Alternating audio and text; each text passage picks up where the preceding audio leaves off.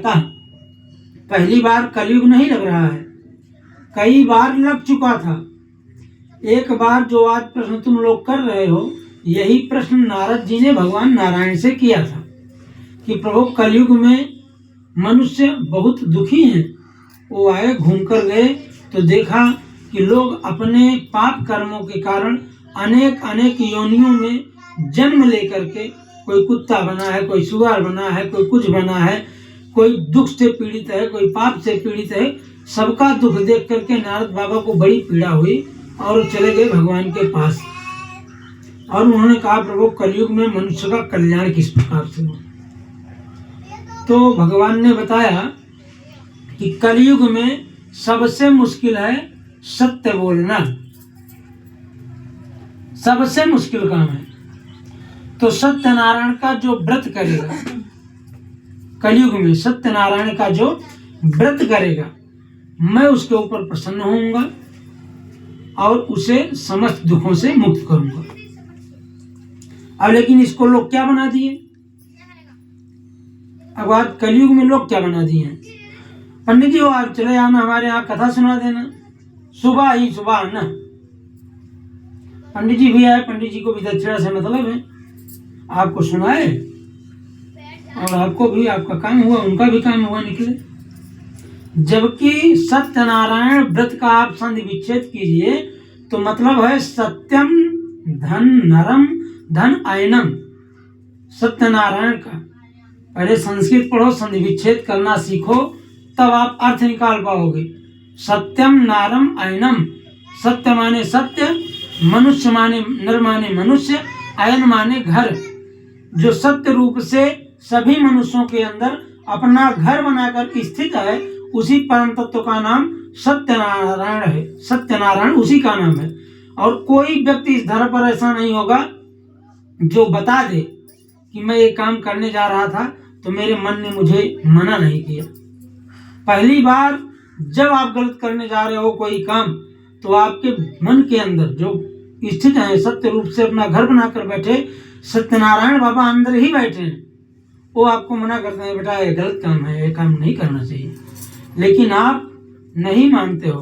अपने परिवार के पालन के लिए, परिवार की वृद्धि के लिए, अपने पुत्र के लिए, अपनी पत्नी के लिए, कि इनको सुख किस प्रकार से मिले, आप चाहे चोरी हो, चाहे झूठ हो, चाहे जो भी हो, आप कर जाते हो।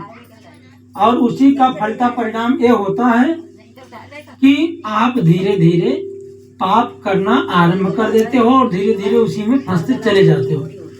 सबसे मुश्किल काम यही है सत्य बोलना कलयुग में। तो कलयुग में एक भी दिन कोई सत्य का अनुष्ठान ले ले कि मैं आज सत्यनारायण व्रत करूंगा, आज मैं सत्यनारायण व्रत करूंगा। और जब आप देखिए सत्यनारायण का व्रत करके, जब आपका, और एक चीज मैं नहीं कह रहा हूँ, ये चीज हम नहीं कह रहे, ये पुस्तक कह रही है, ये पुस्तक कह रही है, आप देखते रहिए क्योंकि आपका सानिध्य में कई ब्राह्मण हैं, ठीक है।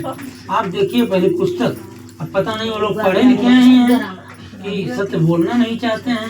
हम पढ़े लिखे नहीं, आपकी बात नहीं कर रहे हैं। अब देखिए इसमें लिखा क्या है, सत्यनारायण का बताए ना हम आपको, जहाँ दुख शोकाज समनम, यानी दुख और शोक का समन होता है, धन धान्य प्रवर्धनम, धन धान्य की वृद्धि होती है, सौभाग्य संतत कर्म, जिसको सौभाग्य नहीं उसको सौभाग्य की प्राप्ति होती है, और जिसके संतान नहीं होता उसको संतान की प्राप्ति होती है।